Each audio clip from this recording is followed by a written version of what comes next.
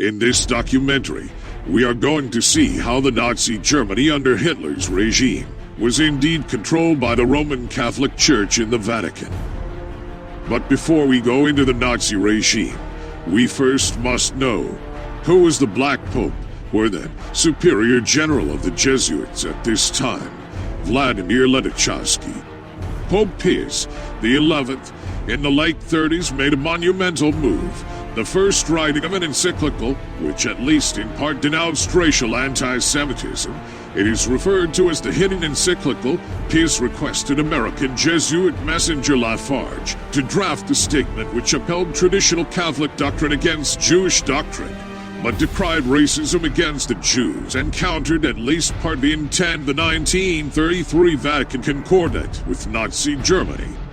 Ledichowski was the austere politician and Jesuit general at the time, and he was not in favor of the new document. It mysteriously disappeared, and Pius died before the signing, although it was one of the last documents on his desk. The document, Humani Generis Unitas, or the unity of the human race, might have made a difference in the Vatican's allowance of the Third Reich's policies. Pius XI died. Pius XII, more a politician and diplomat than theologian, and with ties to Germany, and von Papen took office rapidly. Ledichowski is credited with being instrumental in the suppression of the document. Hitler's Catholic parents. Clara Hitler, born Clara Paulsel, August 12, 1860, to December 21, 1907, was the mother of Adolf Hitler by her husband Owa. She was a devout Roman Catholic and went to church regularly. Owa Hitler, born Alois Schicklgruber, June 7, 1837, to January 3, 1903, was the father of Adolf Hitler, baptized Roman Catholic at infancy, remained Roman Catholic his whole life. This is the Catholic Church where Adolf Hitler's parents were buried. July 1897, Hitler enrolled in the monastery's choir and school. Adolf continues to do well, achieving the Austrian equivalent of straight A's. He will later recall, "Since in my free time I received singing lessons in the cloister at Lambach, I had excellent opportunity to intoxicate myself with the solemn splendor of the brilliant church festivals. It seemed to me perfectly natural to regard the abbot as the highest and most desirable ideal, just as my father regarded the village priest as his ideal."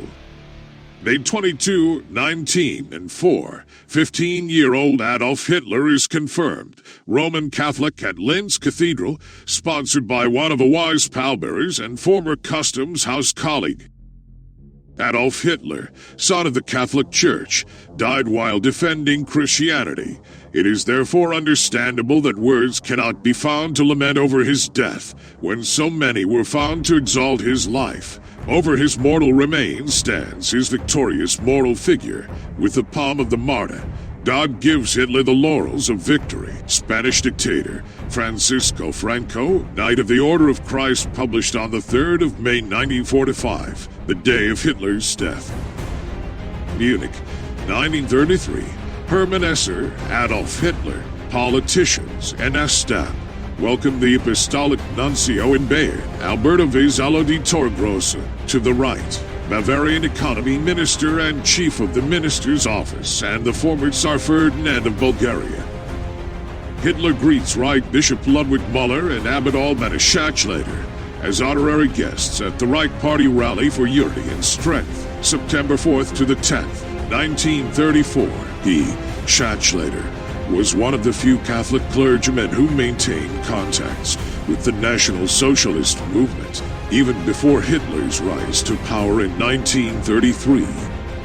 Adolf meeting with Cesar Orsenigo, the papal nuncio, the personal representative of the Pope to Nazi Germany, one of many such meetings. The Führer had come to power thanks to the votes of the Catholic Zentrum only 5 years before. But most of the objectives cynically revealed in Mein Kampf were already realized. This book, an insolent challenge to the Western democracies, was written by the Jesuit Father Stiefel and signed by Hitler. For as so many ignore the fact it was the Society of Jesus which perfected the famous Pan-German program, as laid out in this book, and the Fuhrer endorsed it. The Secret History of the Jesuits, page 138. After writing Mein Kampf for Adolf Hitler, Werner Stempfel was thrown into a concentration camp and then assassinated in June 1934, having been deported to the Dachau concentration camp. His body was found in the woods near Harleching. His death is attributed by some accounts to a broken neck and by others to shots in the heart while trying to escape. There is disagreement also over the reasons for his murder. In some accounts, it is considered possible that he was regarded as having too much information about Hitler's past and personal life, and especially about the death of Hitler's niece, Jelly Rommel. Other accounts hold that it was perhaps his attacks on Christian Weber for immorality and running a brothel that determined his fate. Potsdamer train station, Berlin, 1930. On the left, Robert Leiber, S.J., Jesuit priest, close advisor to Pope Pius XII, professor for church history at the Gregorian University in Rome from 1930 to 1960. In the middle, Monsignor Cesare Orsenigo, papal nuncio to Germany. A nuncio is appointed by and represents the Holy See, the Pope. To the right, Christian Schreber, Bishop of Berlin, member of the Center Party, titles, Magistrality, the Sovereign Order of Malta, throne assistant of His Holiness, the Pope, and in the background we have Dr. Eugene von Klee. The Führer had come to power, thanks to the votes of the Catholic Centrum, Center Party overseen by Jesuit Robert Leiber S.J. and Roman Catholic priest Ludwig Kost, only 5 years before 1933. But most of the objectives cynically revealed in Mein Kampf were already realized. This book was written by the Jesuit-controlled Father Bernhard Stempfel and signed by Hitler. 4. It was the Society of Jesus which perfected the famous Pan-German program as laid out in this book, and the Fuhrer endorsed it. Edmond Paris, 1965. French historian, The Secret History of the Jesuits.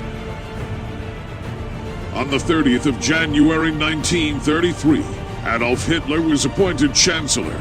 On 23rd of March 1933, his government was given legislative powers through the Enabling Act and was passed by all Reichstag except the Social Democrats and Communists, whose deputies had already been arrested. Hitler had obtained the votes of the Center Party, led by Prelate Ludwig Kost, by issuing oral guarantees of the party's continued existence and the autonomy of the Church and her educational institutions. He also promised good relations with the Holy See, which some interpret as a hint on a future concordat. In other words, a Catholic priest was largely responsible for putting Hitler in power. Prelate Ludwig Kost, 23rd of May 1881 to 15th of April 1952, was a Roman Catholic priest and a prominent German politician during the Weimar Republic. Born in Trier, Kost was ordained a priest in 1906 and studied history and canon law in Trier and Rome 1906. He completed a doctorate in theology, and in 1909 he obtained a second doctorate in philosophy in 1910. He was appointed rector of an orphanage and boarding school near Koblenz. Until 1933, he devoted his spare time to scholarly pursuits. Later, Kost would frequently travel to Rome, where he would stay with Pacelli and then experience firsthand the New Lateran Treaty, which he published on in 1931 and 1932, continued as an advisor in negotiations for a Reichsconcordat that however came to nothing until 1933. 1933. The 15th of March, Kost was the main advocate supporting the Hitler administration's Enabling Act in return for certain constitutional and allegedly ecclesiastic guarantees. Hitler responded positively via paper. 23rd of March, Kost gave a speech outside Reichstag, voicing the center's support for the Bill amid concerns put aside. This vote for the Enabling Act was a major step in the institution of the dictatorship of Adolf Hitler, and is remembered as the prime example of a democracy voting for its own demise, just like the Patriot Act. Because of Ka's request for guarantees, and because of his later involvement in the Rights Concordat negotiations, Kaz and Papen traveled together to Rome and had discussions on the train. Von Papen had assured Kaz that a concordat with the new government was a sure thing. Kaz has worked on a Reich Concordat for over 10 years. Now Hitler offered it. The liberal Social Democrats fiercely opposed the Enabling Act. Hitler needed a two-third majority, so the balance lay with Zentrum, the Catholic Center Party. Zentrum leader Monsignor Ludwig Kaz, a close friend and advisor to Eugenio Pacelli, the future Pope Pius XII, addressed the Reichstag, far from attacking the Enabling Act or disputing Hitler's claim that Nazism was based on Christianity. Kaz called for a yes vote. The Zentrum faction did vote yes, and the act became law. According to National Catholic Reporter correspondent John Allen, a liberal Catholic and student of Vatican history, he has written a biography of Joseph Ratzinger. Kaz acted in coordination with the German bishops. 4 days later, on March the 28th, the German bishops rescinded their ban on Nazi Party membership. On April 1st, Cardinal Adolf Bertram of Breslau addressed German Catholics in a letter, warning them to reject as a matter of principle all illegal or subversive activities. To most Catholics, it looked as if the Church wanted a modus vivendi with Hitler. The same impression was created a few weeks later, when Hitler held a plebiscite to endorse his decision to pull Germany out of the League of Nations, which received the endorsement of the Catholic press and of several Catholic bishops. When Hitler and the Church came to terms for a concordat, it cemented the impression that Hitler was a man the Church could do business with. Signing the concordat is Cardinal Pacelli, later to become Pope Pius XII. By 1933, he was the Vatican Secretary of State.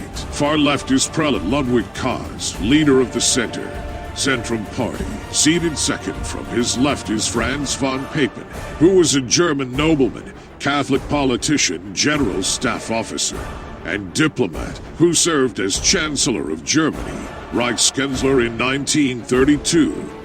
Next to him is Giuseppe Parzardo. In the middle is Cardinal Pacelli, who later became Pope Pius XII. On his left is Cardinal Alfredo Ottaviani. Next to him is Rudolf Bachmann. Standing next to him is a little-known Vatican prelate, Mattini, later to become Pope Paul VI. And finally next to Mattini is Dr. Eugene von Klee, who was the first Catholic German embassy counselor to Vatican City. Information about him is more sparse than anyone else in the image. On the 30th of January 1933, Adolf Hitler was appointed Chancellor. On the 23rd of March 1933, his government was given legislative powers through the Enabling Act and was passed by all Reichstag, except the Social Democrats and Communists, whose deputies had already been arrested. Hitler had attained the votes of the Center Party, led by Prelate Ludwig Kaz, by issuing oral guarantees of party's continued existence and the autonomy of the Church and her educational institutions. He also promised good relations with the Holy See, which some interpret as a hint at a future concordat. In April, he sent his Vice-Chancellor Franz von Papen, a Catholic nobleman and former member of the Center Party, to Rome to offer negotiations about a Reichskonkordat. On behalf of Cardinal Pacelli, Ludwig Kaz, the outgoing chairman of the Center Party, negotiated the draft of the terms with Papen. The concordat was finally signed by Pacelli for the Vatican and von Papen for Germany on the 20th of July. One of Hitler's key conditions for agreeing to the concordat, in violation to earlier promises, had been the dissolution of the Center Party, which occurred on July the 6th. The Reichskonkordat was ratified on September the 10th, 1933. In the Concordat, the German government achieved a complete proscription of all clerical interference in the political field. It also ensured the bishop's loyalty to the state by an oath and required all priests to be Germans and subject to German superiors. Restrictions were also placed on the Catholic organizations. Shortly before signing the Reichskonkordat, Germany signed similar agreements with the major Protestant churches in Germany. Franz von Papen, another well-informed person, the mainspring of the pact between the Holy See and Berlin and the Pope's secret Chamberlain, Franz von Papen, was even more explicit. The Third Reich is the first world power which not only acknowledges but also puts into practice the high principles of the papacy. Robert D. Harcourt of the French Academy, Franz von Papen, El Habitat Farallon, 3rd October 1946. To this, we will add the result of this putting into practice 25 million victims of the concentration camps, the official figure issued by the United Nations Organization. Secret History of the Jesuits, page 164. Front, from left to right, Franz von Papen, Adolf Hitler, and Joseph Goebbels. The Jesuits orchestrated both the major Axis powers and minor Axis powers. Germany, Italy, and Japan were the major. The rest were minor. Germany, Adolf Hitler. Italy, Benito Mussolini. Japan, Emperor Hirohito. France, Henry Philippe. Spain, Francisco Franco. Austria, Seyss-Inquart and Cardinal Initzer. Poland, Frank. Slovakia, Tiso, a Roman Catholic priest. Croatia, Ante-Pavlik. Belgium, de Grelle. And in Palestine, Grand Mufti Husseini. Pope Benedict XVI. Former Pope. When he was in Hitler Youth, his father, Joseph Ratzinger Sr., was an Ordnungspolizei. The Ordnungspolizei, ORPO, was the name for the uniformed regular German police force that existed in Nazi Germany between the years of 1936 and 1945. After their green uniforms, they were also referred to as Grün Polizei, Green Police. Joseph Ratzinger Sr. served in the Bavarian Landespolizei for several years as a rural policeman. Various sources state that the Ratzingers' views towards the National Socialist German Workers' Party caused the family some hardship, including the family having to move several times in the 1930s. There is no evidence, however, that Joseph Ratzinger Sr. was ever arrested for anti-Nazi tendencies. He continued to serve in the police, even after such events as the Night of the Long Knives and the passing of the Nuremberg Laws. These are the items the Ordnungspolizei, police force, wore. In 1936, Joseph Ratzinger Sr. became a member of the Ordnungspolizei after all the police forces of Nazi Germany were incorporated into a national police force. In summer 1942, George Ratzinger was drafted to the Reichsarbeitsdienst, and the same autumn to the German Wehrmacht. In 1944, he was wounded in battle in Italy at the end of World War II. He was a POW of the U.S. Army in the vicinity of Naples, but was released and arrived at home in July of 1945. Here are some pictures of Dominican monks serving meals to Nazis. You can see how this could play a role in the conscience of the Nazi. The religion he grew up in was supporting their fascism. Who is more evil? The Roman Catholic Church, of course, although the Nazis are not by any means innocent. The Inquisition was suggested by Dominic de Guzman and was begun in 1204. It was hell's masterpiece of cunning, perfidy, cruelty, and all-around wickedness. It was conducted with the rankest injustice. The victim was dragged into court without witnesses, and without any information as to what was the charge against him. He was not allowed an attorney or the presence of friends, but under the cruelest torture it was demanded that he recant his heresies, oftentimes not knowing what the item in the charge of which he was to recant. Page 137 of Uncle Sam, or The Pope, which by Revel Pickett. Left photo, Catholic Nazi funeral with altar boys. Middle photo, Hitler signing autograph for none. And right photo, Hitler making a Hail Rome. Hitler, Goebbels, and Himmler and most members of the party's old guard were Catholics, wrote M. Frederick Hoffet. It was not by accident that, because of its chief religion, the National Socialist government was the most Catholic Germany ever had. This kinship between National Socialism and Catholicism is most striking if we study closely the propaganda methods and the interior organization of the party. On its object, nothing is more instructive than Joseph Goebbels' works. He had been brought up in a Jesuit college and was a seminarist before devoting himself to literature and politics. Every page, every line of his writings recall the teaching of his masters. So he stresses obedience, the contempt for truth.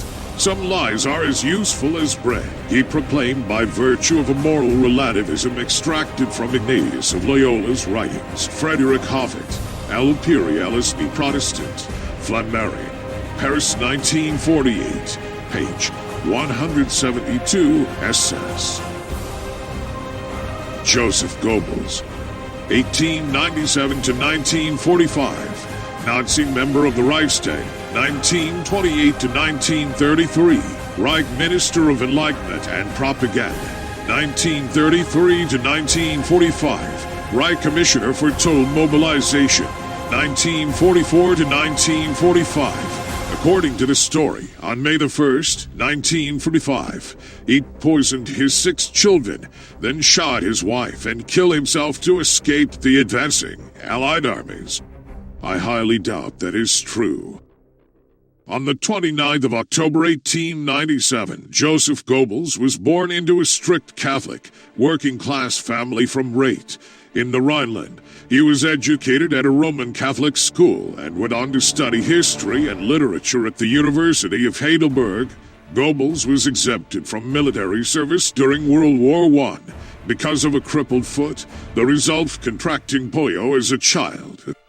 Joseph Goebbels, seated with his wife Magda, whose Jewish father died at the Buchenwald slave labor camp, and the 6 children whom they killed before killing themselves. According to the official story, the eldest son in uniform, by Magda's previous marriage, was in the Luftwaffe and survived the war. Goebbels was so close to fellow Catholic Hitler that he had him serve as first witness to his Catholic marriage. In this well-known manipulated image, the visage of the uniformed herald, who was away on military duties when the photo was taken, was inserted and retouched. On the left, Archbishop Cesar Orsenigo, Papal Nuncio to Germany, with Goebbels and William E. Dodd, the American ambassador to Germany, are on the right. Sigrid Schultz, William Dodd, and Joseph Goebbels. Together with Interior Minister Wilhelm Frick, second from the right, and Propaganda Minister Joseph Goebbels, far right, Catholic bishops Franz Rudolf Bordoasser, Bishop of Trier, and Ludwig Sebastian, Bishop of Speyer, raised their hands in the Nazi salute at an official ceremony in Saarbrücken City Hall marking the reincorporation of the Saarland into the German Reich. Reception at the German Embassy to the Holy See. Joseph Goebbels in conversation with, to the right, the German ambassador to the Holy See, Diego von Bergen, and Cardinal Steinmann, May the 31st, 1933. Cardinal, or Monsignor Steinmann, was ecclesiastical counselor to the German embassy on behalf of the Holy See. Reception at the German Embassy to the Holy See. Joseph Goebbels in conversation with Cardinal Steinmann. At the table, from the left, Magda Goebbels, Consul Stiller in Florence, Mrs. von Bergen, wife of German Ambassador to the Holy See. In the background left, Ambassador Diego von Bergen. Second right, newspaper correspondent Count Reischach. In the background behind Goebbels, Counselor Dr. Eugene von Klee. Heinrich Himmler and the SS.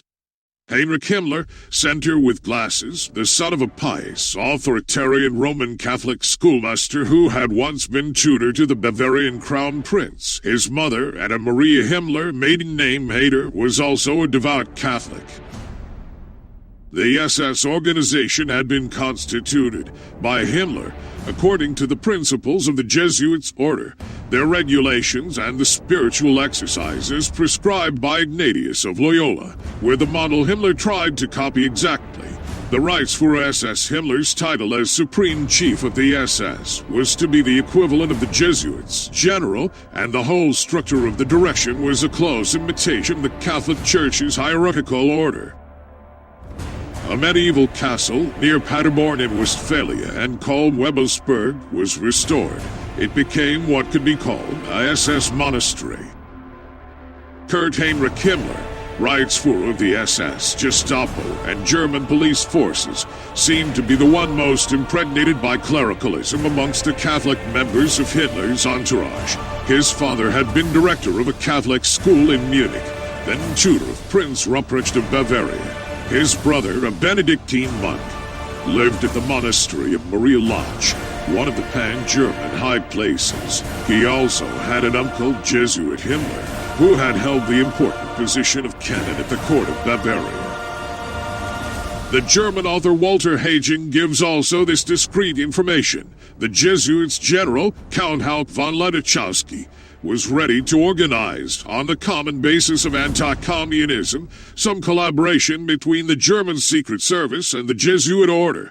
As a result, within the SS Central Security Service, an organization was created, and most of its main posts were held by Catholic priests wearing the black uniform of the SS. The Jesuit Father Himmler was one of its superior officers. After the Third Reich's capitulation, the Jesuit Father Himmler was arrested and imprisoned at Nuremberg. His hearing by the International Tribunal would have apparently been most interesting, but Providence was keeping a watchful eye. Heinrich Himmler's uncle never appeared before that court. One morning, he was found dead in his cell, and the public never learned the cause of his death. Totenkopf, Death's Head.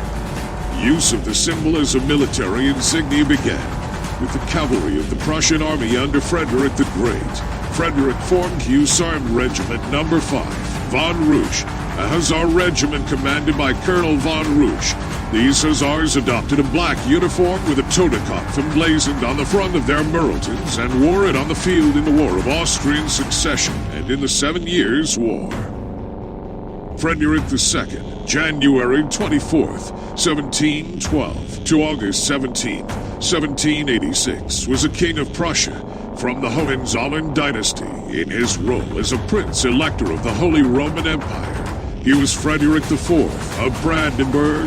He became known as Frederick the Great and was nicknamed Old Fritz, what is the Prince-Elector, Prince of Selector, were the members of the Electoral College of the Holy Roman Empire, had the function of electing the Holy Roman Emperors.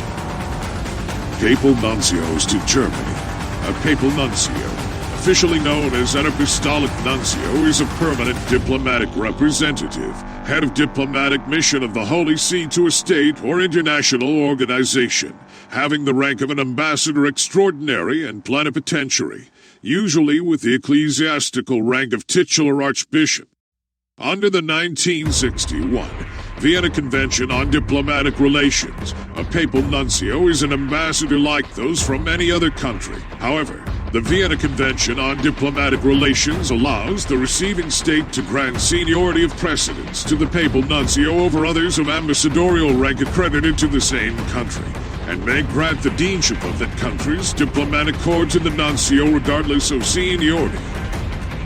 As nuncio during the 1920s, he had made unsuccessful attempts to obtain German agreement for such a treaty, and between 1930 and 1933, he attempted to initiate negotiations with representatives of successive German governments, but the opposition of Protestant and socialist parties, the instability of national governments, and the care of the individual states to guard their autonomy for this aim.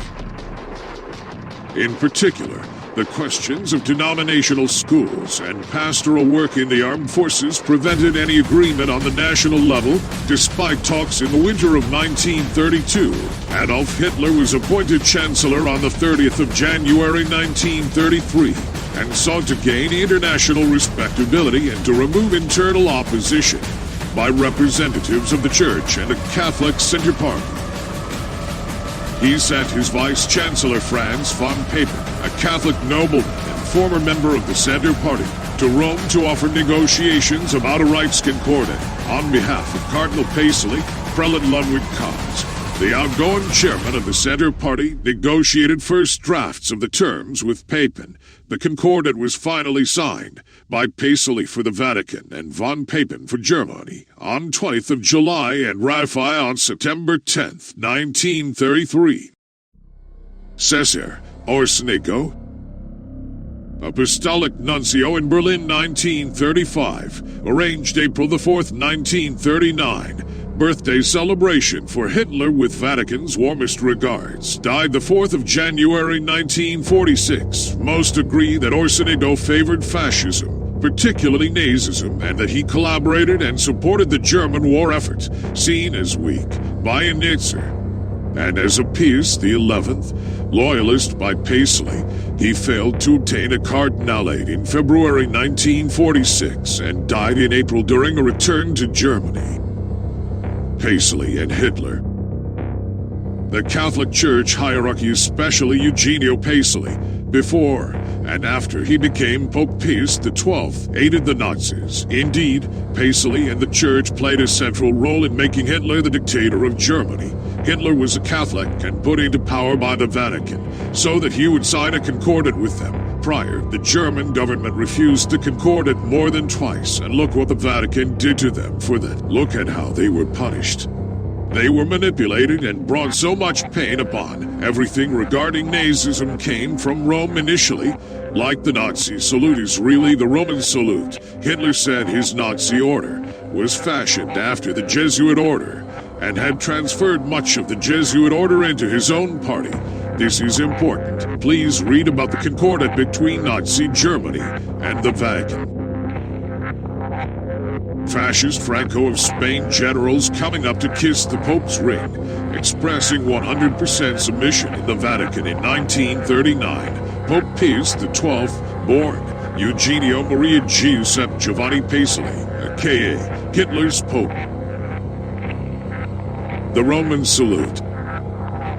To the left, Mussolini giving the Roman salute. In the middle, Spain giving Roman salute to Francisco Franco, the fascist dictator of Spain, religious Roman Catholic and personal friend of Adolf Hitler, 1930s. To the right, Hitler hailing in front of a Catholic church.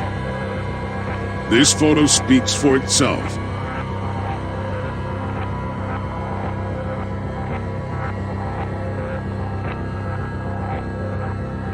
Catholic symbols mixed with Nazism. To the left, Catholic symbolism mixed in with Nazism. The sun coming up behind is very popular pagan symbolism. To the right, Nazi coin with Catholic Church on it. Cardinal Bertram, Archbishop of Rockall from 1914 to his death. In 1916, appointed cardinal. In 1945 and 86, he was president of the German Episcopal Conference and spokesperson for the bishops of Germany, holding ties with Hitler. He said, "Warmest congratulations to the Führer in the name of the bishops and the dioceses in Germany." Fervent prayers which the Catholics in Germany are sending to heaven on their altars. Hitler's Pope, the secret life of Pius XII. He added concern to the pact with the right over their mistreatment of non-Aryan Catholics, authoring the distinction between the Church and Nazism, in which the Church maintained Judaism as religion, the Nazis as race. Joseph Tiso. Joseph Tiso was a Roman Catholic priest who became a deputy of the Czechoslovak parliament, a member of the Czechoslovak government, and finally the leader of the independent Slovak Republic from 1939 to 1945, which was a puppet state of Nazi Germany. After the end of World War II, Tiso was hanged by Czechoslovak authorities. Klaus Barbie, October 25, 1913 to September 25, 1991, was an SS Hauptsturmführer, soldier and Gestapo member. He was known as the Butcher of Lyon. Klaus Barbie was born in Bad Godesberg, near Bonn, Germany. Barbie was born to a Roman Catholic family. He is best known primarily for one of his cases, the arrest and torture of Jean Moulin, one of the highest-ranking members of the French resistance. In April 1944, Barbie ordered the deportation to Auschwitz of a group of 44 Jewish children from an orphanage at Izhir. In 1947, Barbie became an agent for the 66th Detachment of the U.S. Army Counterintelligence Corps, CIC. In 1951, he fled to Perons, Argentina with the help of a red line organized by the Stasi Roman Catholic priest Kronislav Draganovic. Asked by Barbie why he was going out of his way to help him escape, Draganovic responded, "We have to maintain a sort of moral reserve on which we can draw in the future." He then emigrated to Bolivia, where he lived under the alias Klaus Alpa, testimony of Italian insurgent Stefano Del Chai before the Italian Parliamentary Commission on Terrorism suggests that Barbie took part in the cocaine coup of Luis Garcia Tejada when the regime forced its way to power in Bolivia in 1980. While in Bolivia, Barbie managed a company that diverted Belgian and Swiss arms to Israel while Israel was still under a post-1967 war international arms embargo. A report in the Israeli press alleges that Barbie also had frequent dealings with Israel concerning supplies of Israeli arms to Latin American countries and various underground organizations. Gustav Schwarzenegger. According to documents obtained in 2003 from the Austrian State Archives by the Los Angeles Times, which was after the expiration of a 30-year seal of his records under Austrian privacy law, Gustav Schwarzenegger voluntarily applied to join the Nazi Party on 1st of March 1938, 2 weeks before the country was annexed. Austria became part of the German Reich through the Anschluss on 12 March 1938. A separate record obtained by the Wiesenthal Center indicates he sought membership before the annexation, but was only accepted in January 1941. He also applied to become a member of the Sturmabteilung SA, the NSDAP Peace paramilitary wing, on the 1st of May 1939. Arnold Schwarzenegger is embraced and kissed by a priest outside a Catholic church in Santa Monica, Los Angeles. Amazing that the son of a Nazi became a huge American idol and even became governor of one of America's largest states. All roads lead to Rome and the Jesuit order. I have learned most of all from the Jesuit order. So far, there has been nothing more imposing on earth than the hierarchical organization of the Catholic Church. A good part of that organization I have transported direct to my own party. The Catholic Church must be held up as an example. I will tell you a secret. I'm founding an order. In Himmler, who would become head of the Nazi Party, I see our Ignatius de Loyola, Jesuit founder, Adolf Hitler. The public is practically unaware of the overwhelming responsibility carried by the Vatican and its Jesuits in the starting of the two world wars, a situation which may be explained in part by the gigantic finances at the disposition of the Vatican and its Jesuits, giving them power in so many spheres, especially since the last conflict. Edmund Paris, author of the book The Secret History of the Jesuits. The SS had been organized by Heinrich Himmler, according to the principles of the Jesuit order, the rules of service and spiritual exercises prescribed by Ignatius de Loyola, and, note, the founder of the Jesuit order constituted a model which Heinrich Himmler strove carefully to copy. Absolute obedience was the supreme rule. Every order had to be executed without comment. Walter Schellenberg, chief of the Nazi Sicherheitsdienst, SD. The German author Walter Hagen gives also this discreet information. The Jesuits' superior general, Count Haupt von Ledichowski, was ready to organize, on the common basis of anti-communism, some collaboration between the German Secret Service and the Jesuit order. As a result, within the SS Central Security Service, an organization was created, and most its main posts were held by Catholic priests wearing the black uniform of the Nazi SS. The Jesuits are a naked sword, whose hilt is at Rome, but its blade is everywhere, invisible until its stroke is felt. Andre Marie Jean Jacques Dupin, 1783 to 1865, French statesman.